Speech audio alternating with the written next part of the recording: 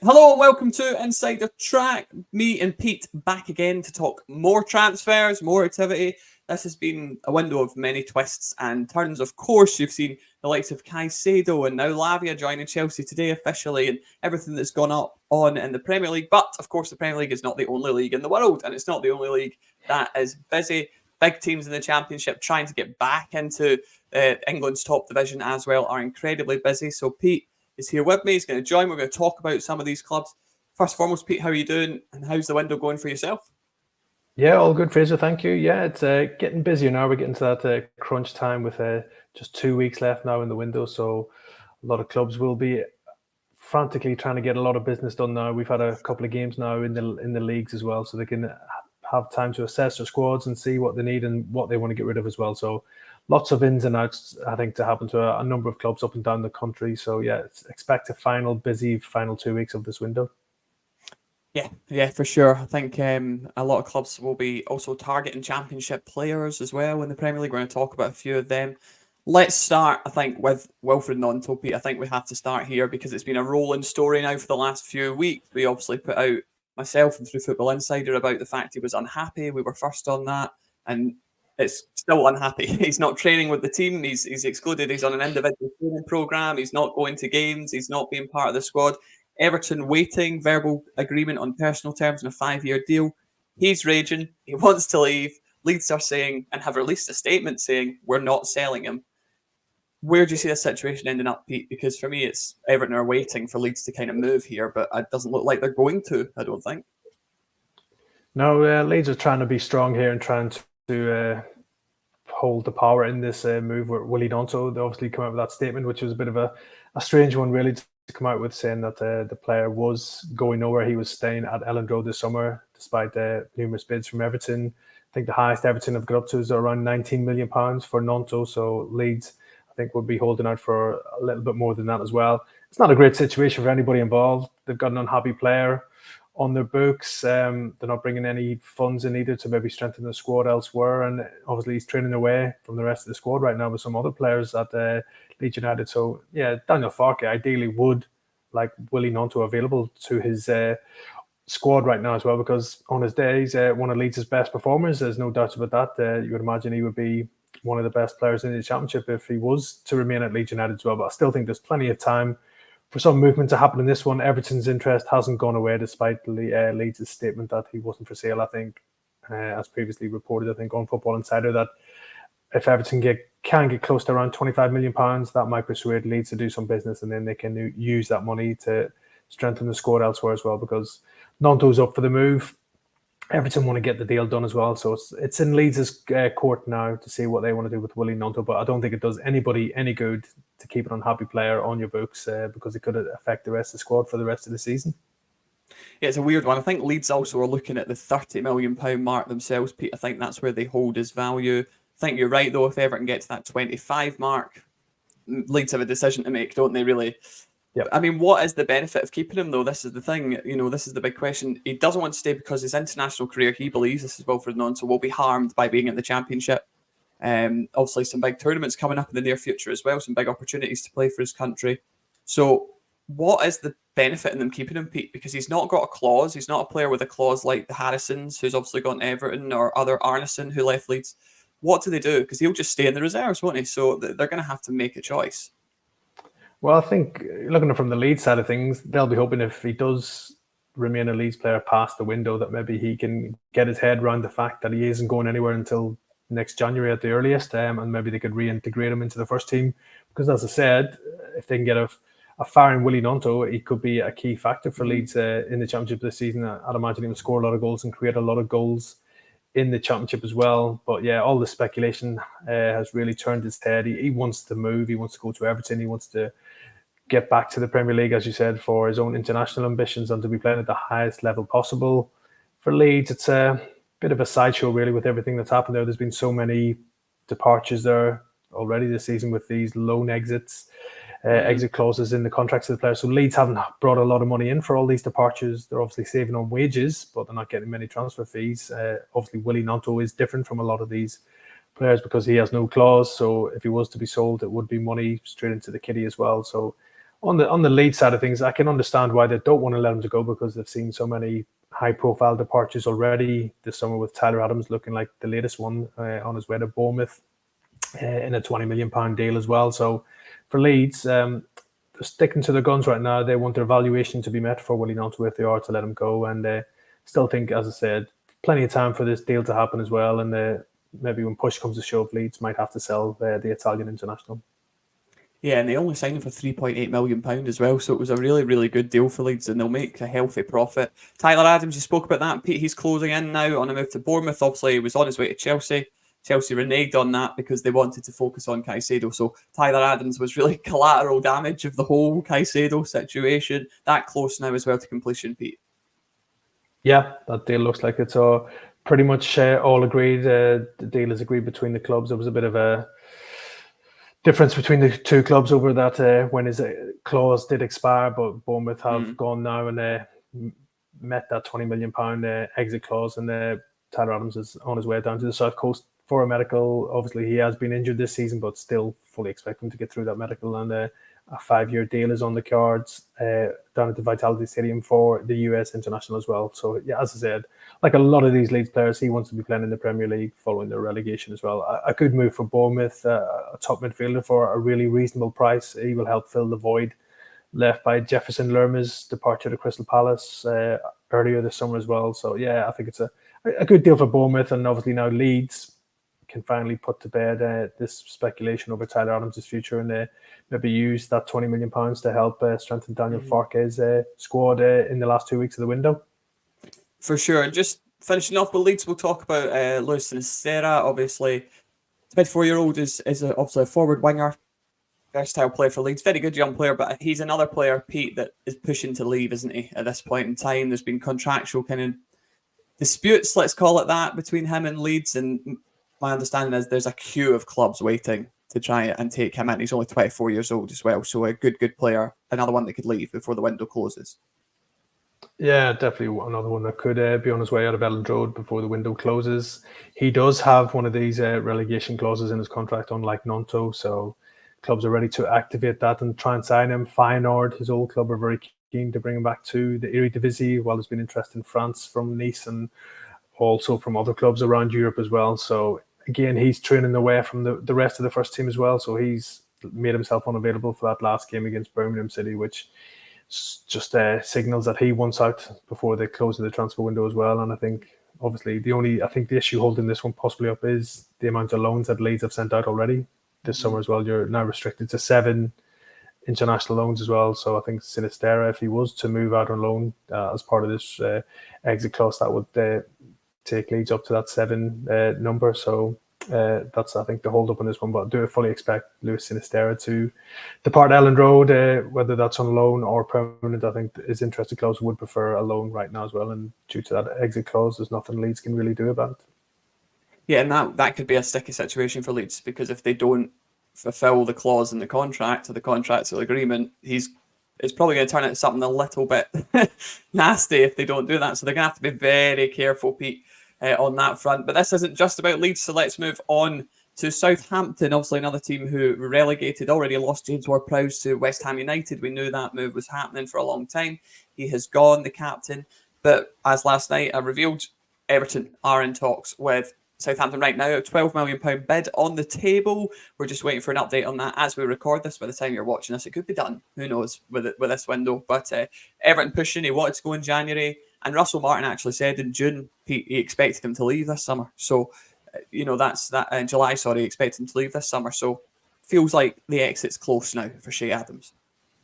Yeah, 100%. I think Che Adams will be leaving Southampton before the close of the window. I think it makes sense for Southampton. He's into the final year of his contract at St Mary's, so this is their last opportunity to get any money for the Scotland international. And obviously Che Adams wants to be playing in the Premier League, and there has been a lot of clubs interested in the striker this summer. There's been interest from Bournemouth, who were very keen on him early in the window, had a bid turned down for him, but it seems they have now moved on. There's also been interest from Crystal Palace in the strike as well, but it does seem now Everton are in pole position to sign the former Sheffield United man.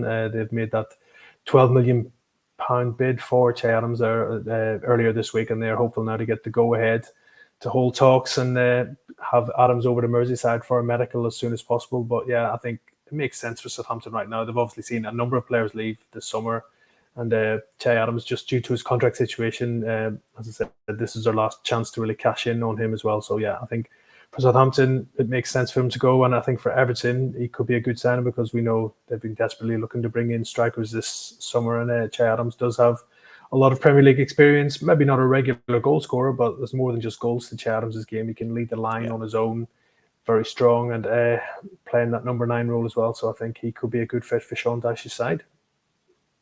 Yeah, for sure, and a very Sean Dyche player. I think Everton had talks with Alfredo Morelos very early in the window, but it never went any further than interest, I don't think. And Che Adams of that ilk, stocky striker, speedy, strong, I think he'd do very well. Southampton have quite a thin squad, though, Pete. They've not got the biggest squad in the Championship. They're losing players. Kyle Walker-Peters, let's talk about him, because this is obviously a player who's had a lot of interest in him. A player that was linked to big moves as well when he was in the Premier League, still at the club. Last contract was signed in 2020. He's got a deal till 2025. Southampton would obviously demand quite a big fee for him, barring any hidden clauses that we don't know about at this point. Another player with a lot of interest in him. Do you think they'll manage to hold on to him this summer, Pete? Because he feels like one that clubs would maybe move for if the opportunity strikes. Yeah, I think there'll be a lot of clubs ready to sign Kyle Walker-Peters, a top defender and also very versatile, can play right back, can play left back as well. So there has been a bit of interest in him, even from his own club. Tottenham, Fulham have made inquiries around him as well. But as you said, for Southampton right now, with so many players having departed, it's not like they need the money. They've made a lot of money from the sales of Romeo Lavia, Tino Livramento to Newcastle, also James Ward-Prowse. So the budget's looking pretty good down at St Mary's right now following those departures, and they're not in any real need to sell Kyle Walker-Peters right now as well. Again, I think if offers were to come into them, I'm sure they would consider them, and the player himself would be interested in a move back to the Premier League. But I think right now, as it stands, Kyle Walker-Peters will probably remain a Southampton player unless somebody does push the button on him between now and the last 14 days of the window. Yeah, let's talk about another club who've spent a lot of money, Pete, and are pushing to try and get back into the Premier League. They've not been out for a while. That is Stoke City. They're not scared to spend money in this window, Pete. They have got good backing. That backing's coming in now properly. So Stoke also looking at Wouter Burger, his name is. It plays at FC Basel. They are keen to talk to him. They've been early conversations over a potential bid.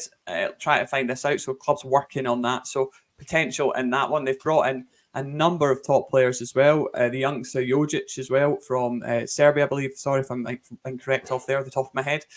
He's waiting on work permits. So they've spent a lot of money, Pete.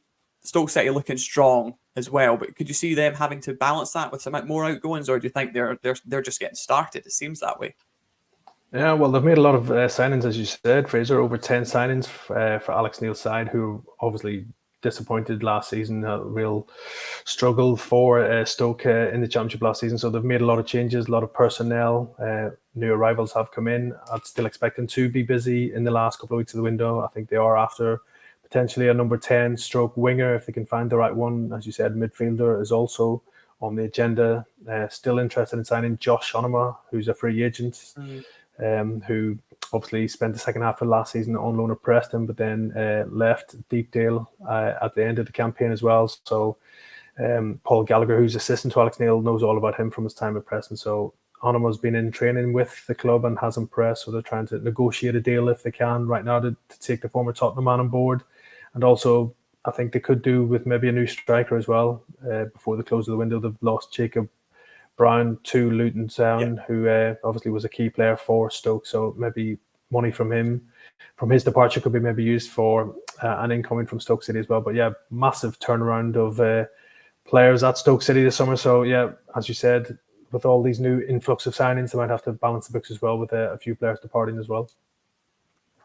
Yeah, sorry, just while you're talking there, Pete, I've got a message of confirmation from one of my sources. Tyler Adams will have a medical at Bournemouth today, Pete. So just harping back to what we were talking about, there we go. That's the realities of doing this.